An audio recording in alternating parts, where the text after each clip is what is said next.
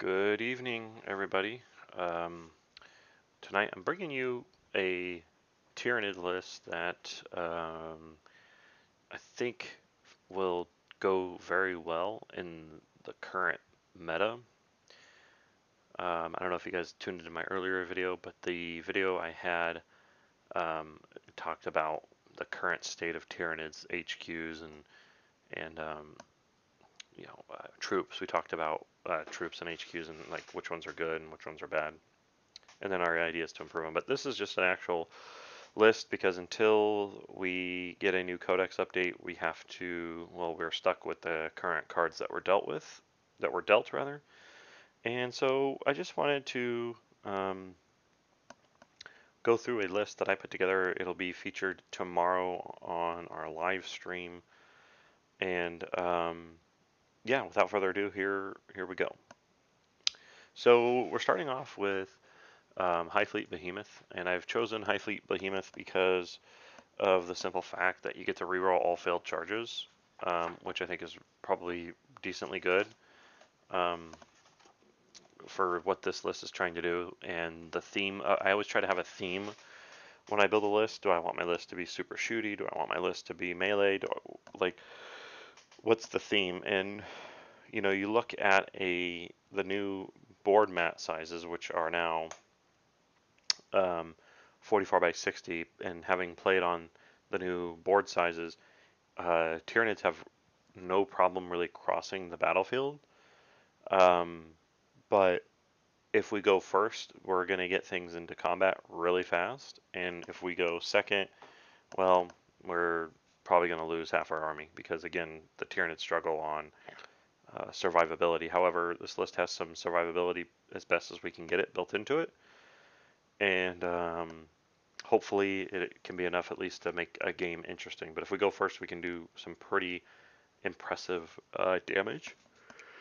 So the theme of this army is, because of the new objectives in the shortened table, is there's no benefit for us hanging back in our deployment zone any longer than necessary.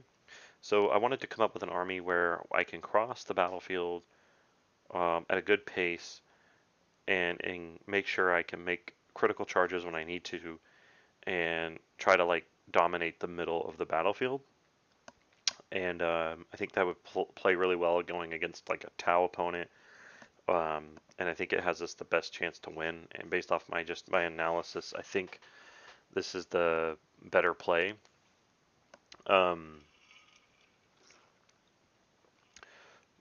for me.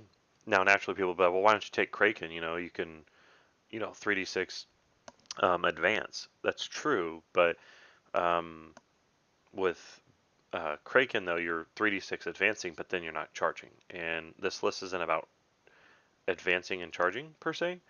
As you can see, we have we have a flying hive tyrant, and we have the swarm lord. So, without further ado, let's go through the list. High Fleet Behemoth, rerolling all failed charges. So we first have our flying hive tyrant, and kind of an interesting setup for him. I went with the wonder if it'll pull up the little window here. Okay, here we go. I went with the flying hive tyrant variant, but it's a melee hive tyrant, which is really weird. It's got monstrous rending claws, which is the best. As I talked about in my previous video, it's the best melee weapon. It's even better than bone sabers, in my opinion. I know people are gonna like look at me and go, "You're crazy," but monstrous rending claws. Um, I take that simply because this hive tyrant's gonna be hitting on twos. It's gonna be wounding um, on uh, most things on like fours and threes, and some of the tougher things on fives. But I get to reroll all failed wounds. So that is a huge um, ability, if you will. And forgive me, I'm just putting some points, or picking psychic powers. I totally forgot that. Anyway, back to the hive tyrant. So the hive tyrant, flying hive tyrant, it's gonna have the monstrous running claws, and it's just the best melee weapon for the model, and I really wish that the Tyranid, the Hive Tyrant would have a 6 attacks. Being only 4 attacks, it's kind of lame. And as I saw on a podcast earlier, the consensus is for 230 points for only 4 close combat attacks, it's really not worth it. And I tend to agree. It's very underutilized, a very underperforming unit for 230 points. You're asking for a lot for this model. We're asking that this Hive Tyrant go and make back its points. And realistically, it's probably not, because if I don't go first, it's going to get shot off the table. If I go first, it'll charge into some basic infantry. It won't even charge into a powerful unit. And who knows, maybe we toss him into reserve with his wings. I just don't know. So that's the Hive Tyrant. I gave it adrenal glands, and I gave it the relic version. So the plan is to be in tandem. The Hive Tyrant will fly up. It'll onslaught. We'll make sure we have to command reroll if we have to get onslaught off, and then that'll allow him to move 16 inches at advance d6. So hopefully he gets at least a 3 that gives him a 19-inch move, which puts us right into charge range of the enemy. And with his monstrous rending claws and the alkanite gland, the relic, it replaces the adrenal glands, and you're basically rolling 3d6, discarding one of the dice for the thing. Also, I get to add 1 to the advance, so d6 plus 1. So on average, I should be getting anywhere from 3.5 to 4.5 inches. But obviously, you can't do halves, so that's, I think, going to be an amazing way to get the Flying Hive Tyrant into combat on a turn 1 charge without using the Stormlord's boomerang ability, as I come to call it. The Hive Tyrant does have a 4-up invuln, so he's going to be annoying to get rid of, although for the life of me I cannot roll 4-ups, so he'll probably die quickly. And we might take advantage of a swooping assault, so we could put him into deep strike and he comes in on turn 2. We'll see, depending on what I'm fighting against. We'll see.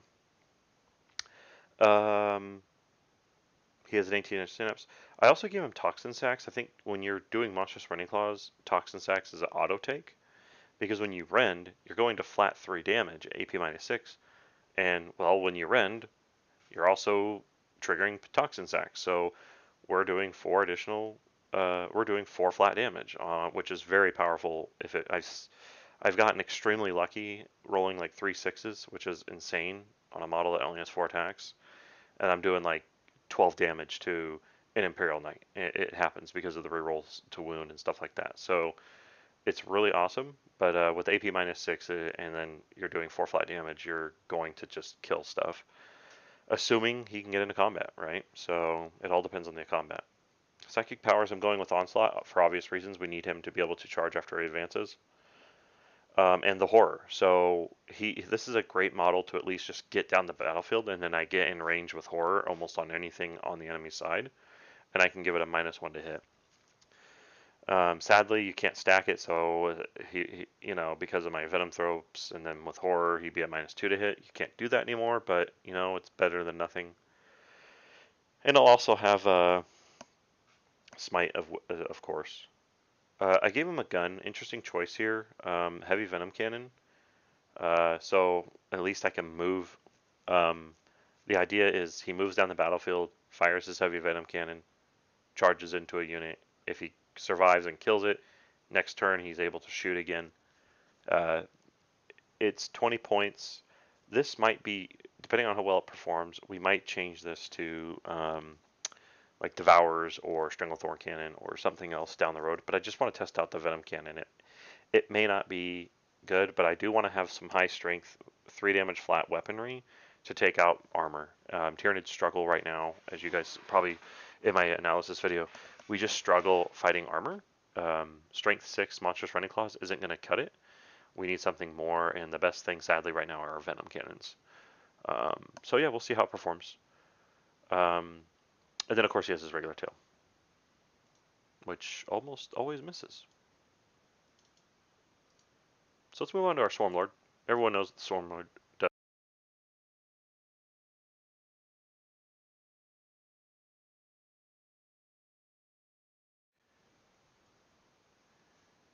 the Swarm Lord um, is a beast in close combat, sadly, but he's not as beasty as you'd like to think. I think he's still under strength. I think he should be strength 10, and we've talked about that, but this isn't a should video. But for what my plan with him is to essentially double move and then charge something at strength 8. And I think he has a good chance of getting a successful turn 1 charge without taking any damage, due to the simple fact that the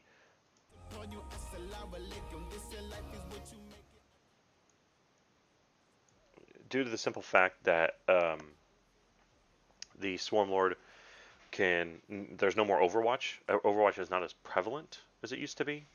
Swarm Lord also has a 4-up invuln, 3-up in close combat. So I think turn 1 with a hard charging Hive Tyrant most of the time, unless I'm crazy, I fail my onslaught or I get denied or something crazy like that. And we'll play that as needed. But you have turn 1, you have Swarm Lord and um, uh, Flying Hive Tyrant charging in. I think that's a very scary duo, and it's going to take a lot of pressure off the rest of my army. Just these two models. They're essentially throwaways, but if they can get in there and disrupt, the idea is they're going in there and they're trying to throw my opponent off balance right out the gate, forcing them to focus their fire into them on turn 1. Meanwhile, the rest of my army is moving forward, and we'll get into the rest of my army. But the Swarm Lord, he's really strong in close combat. At full wounds, he's doing strength 8, 6 attacks, hitting on 2s. Of course, no rerolls, but good chunk of attacks. We'll see what he can do. I gave him Unstoppable Hunger, which is the new Psychic Awakening Behemoth power. So one friendly Behemoth unit within 9 inches of the Psyker until the end of the turn. When resolving an attack made with a melee weapon, add 1 to the wound roll. Probably won't put it on the Hive Tyrant. Probably put it on himself most of the time. So I'm instead of wounding most things on 3s now, I'm wounding most things on 2s. So that's going to be a really awesome power to try to put on him in the Psychic phase. Buff him up with Catalyst maybe, and then just like, here, have fun. Try to get rid of him. And sadly, he'll die because that's what he does. Troops, pretty straightforward. These are Ripper Swarms. I think the Ripper Swarm is the most powerful troop in the Codex at the moment, given the new additions to Blast. These guys can be hidden. They get out of line of sight. I can tell you right now, when you have a Hive Tyrant and a Swarm Lord in an enemy's front line charging in on turn 1, the last thing they're going to be worried about is shooting off Ripper Swarms. But then again, Ripper Swarms, most of the times I'm going to try to put these guys into reserve to deep strike them in and get on objectives. That's their whole function. They're not going to fight anything. Elites. Interesting choice here. I took Death Leaper mainly because I had points, but I wanted to have I really wish Lictors would get the assassin treatment, if you will, and we're going to talk more about that in my State of the Tyranids video series that I have when we get to Elites. But I really just like the idea of having a Lictor pop up in the background and in the backfield and just causing a distraction. Is he going to kill something? Sadly, no. He's at strength 6, 4 attacks. He hits on 2s. I can do his Grasping Talons or his Rending Claws, but with no rerolls. It is what it is. I'm probably going to use Grasping Talons. But he's great for just popping up in the back and just charging, if possible, that lieutenant or that stupid captain or something, and maybe we get lucky and we chew him up. He has -2 to hit, I believe. Yeah, they must subtract 2 from their hit rolls. So, people are going to argue, well, you don't get that because you can only modify it by 1. This isn't a modify. The rule specifically states you subtract 2 from hit rolls for attacks. So this is both ranged and shooting. So he's going to be hard to hit. But sadly, again, with the fact that Marines and most armies get rerolls, he probably will go down. Um, I can pick a character and have basically reroll hit and wound rolls in the fight phase against that character. Um, he has to set up more than 9 inches away, and I can reroll charges. Although, being that I'm High Fleet Behemoth, he can reroll charges anyway. So, really cool little guy. I'm going to try to utilize. I like the Death Leaper. He's pretty cheap in points. That's why I want to take him. All because of the fact that he can pop up in a backfield and potentially, hopefully, destroy or cause havoc or annoy the back enemy, because it's all about distracting the opponent. These guys aren't going to go in there and just kill the toughest thing they have, and that's fine, but they're there to distract them. So we're going to run a Death Leaper, mainly because I have points. Hive Guard. I saw a lot of people talk about Hive Guard, and I'm taking 5. They're 50 points a model for 2 shots that are AP -2 and only D3 damage that ignore cover and line of sight. I'm not a big fan of the point cost on them, but I'm still taking them. This will probably be the only unit that really sits in the back and shoots. So we'll have to watch out for Synapse and make sure they're okay. We're taking 2 squads of Pyrovores.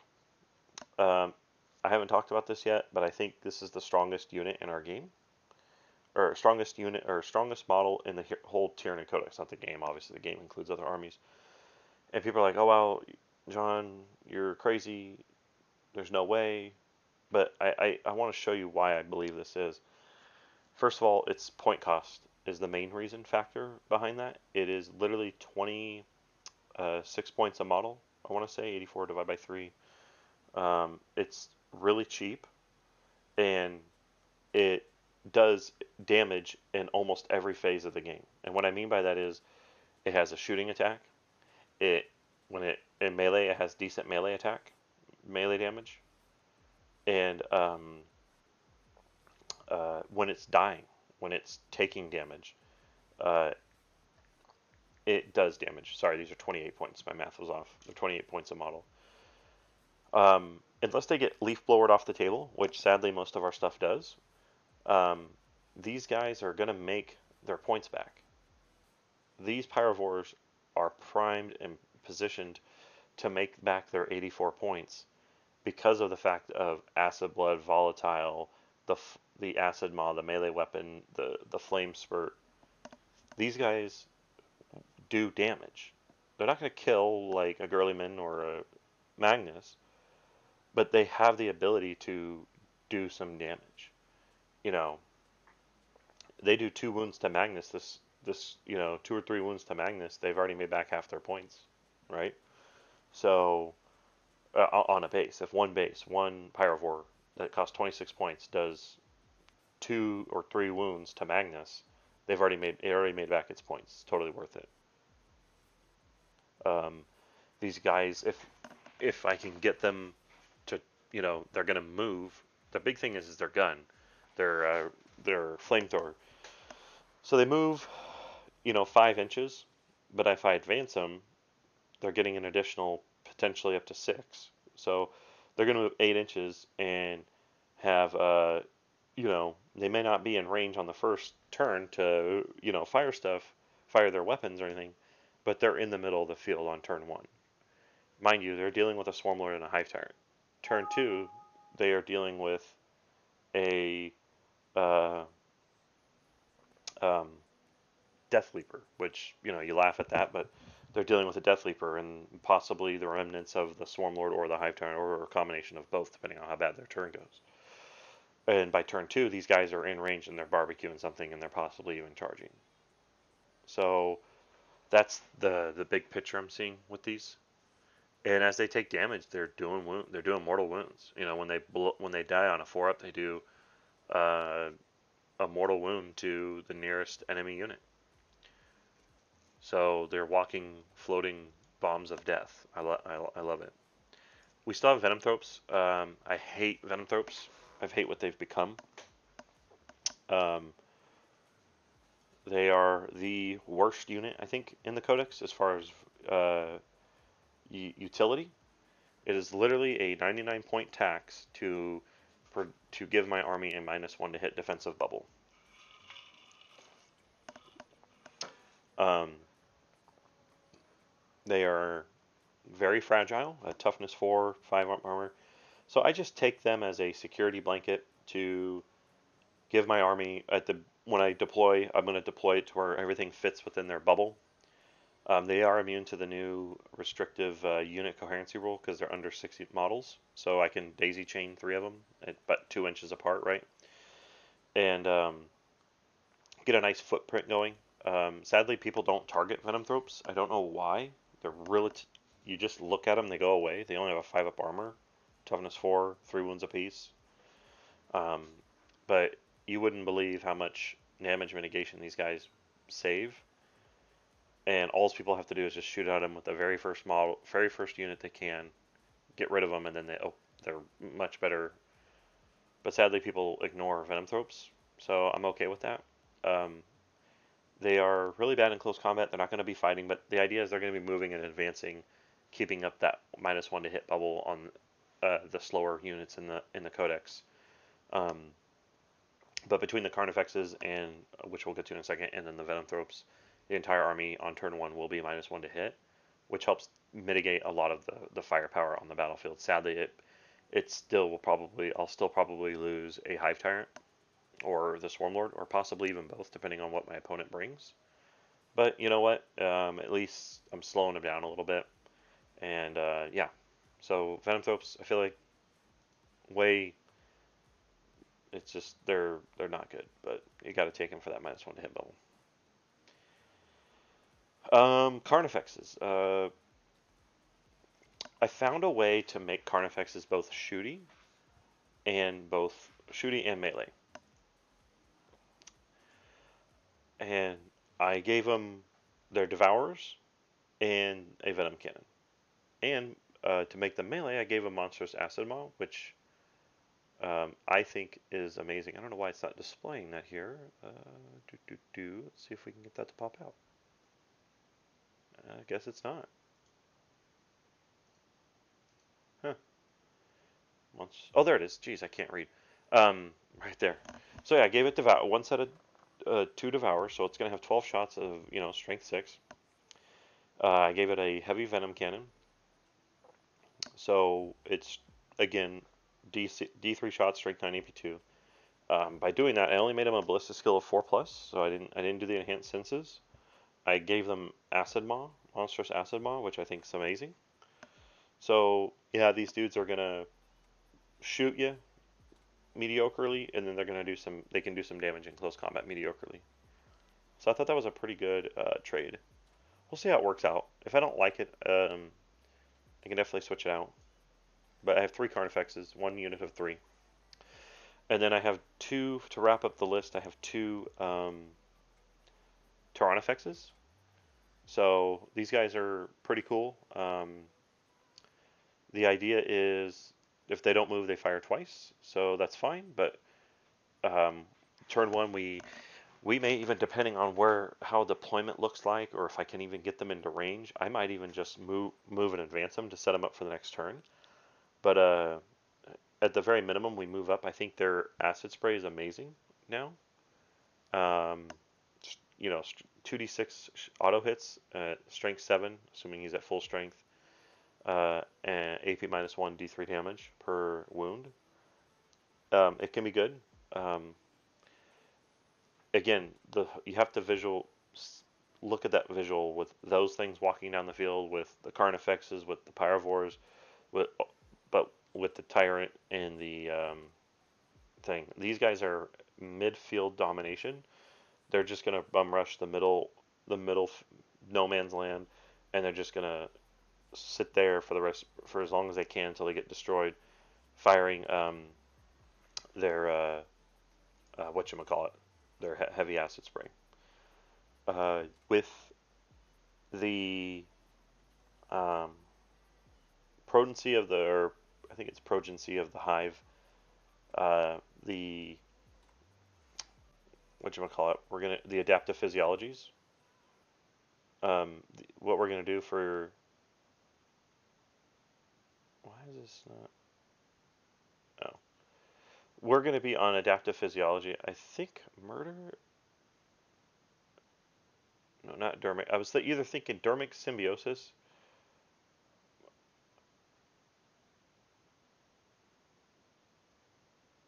Melee weapon. No, we don't want that. We might go with accelerated digestion. Oh no, not Excel. Where is that? Where is it? Ferocious ammunition. Jeez, John, I can't even think. Of course, it takes a second. It pops up here. But ferocious ammunition is pretty cool. At the end of your shooting phase, select one enemy unit that had one or more models destroyed in the phase. By a resultant attack with this model, that unit suffers D3 mortal wounds. Thinking we're going to go with that because, I mean, we might go with dermic symbiosis on him. Because then, if we do that, right, the, whatchamacallit, Mr. Tyranofex here,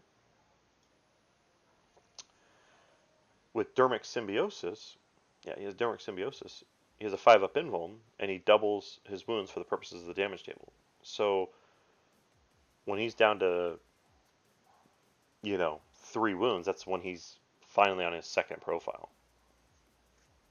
Right? Because it'd be 3 times 2 is 6, that puts him right in the second profile. But he's at 4 wounds, he's at considered 8, and he's still at full strength. So we can actually go with that, and it also gives him a 5-up invuln. So I think we're going to do that. I think we're going to do that because we want the army to survive. So yeah, that's what we're going to do. We're going to do the adaptive physiology and give it dermic symbiosis. And that's our list. That's our 2K list. The idea is slowly moving forward, catapult, getting turn 1, getting the Hive Tyrant and Swarmlord just to start eating face.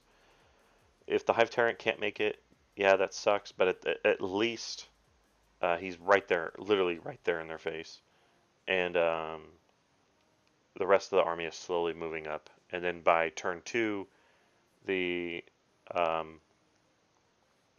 whatchamacallits, the Pyrovores, the Carnifexes, and the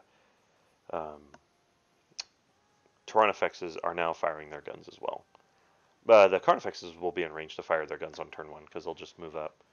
But the rest of the army, yeah, they'll be, firing those guns. So that's the idea. I think this is going to be a way better list than what I was using. It's going to be premiering on the live stream with on Sat TV, and hopefully on this channel too. We'll try to figure out how to do a duo stream, but if not, I'll at least host it. And I hope you guys can come check it out, and wish me luck. And if you guys have any critiques on the list or anything about a Tyranid ideas or mobs, I want to hear it, because right now I'm just not seeing any good options for Tyranids to make them at least a army that can stick around for a turn or two. But anyway, I hope you guys enjoyed the video. Like and subscribe if you want to see more amazing Tyranid content, because that's what I'm going to be focusing on over the next few months. Get this channel going. We're going to have cool graphics and intros and stuff like that as time goes on, and I'd love to build a community with you Tyranid hive mind enthusiasts. As always, stay safe, and we'll see you next time. Thank you. Bye.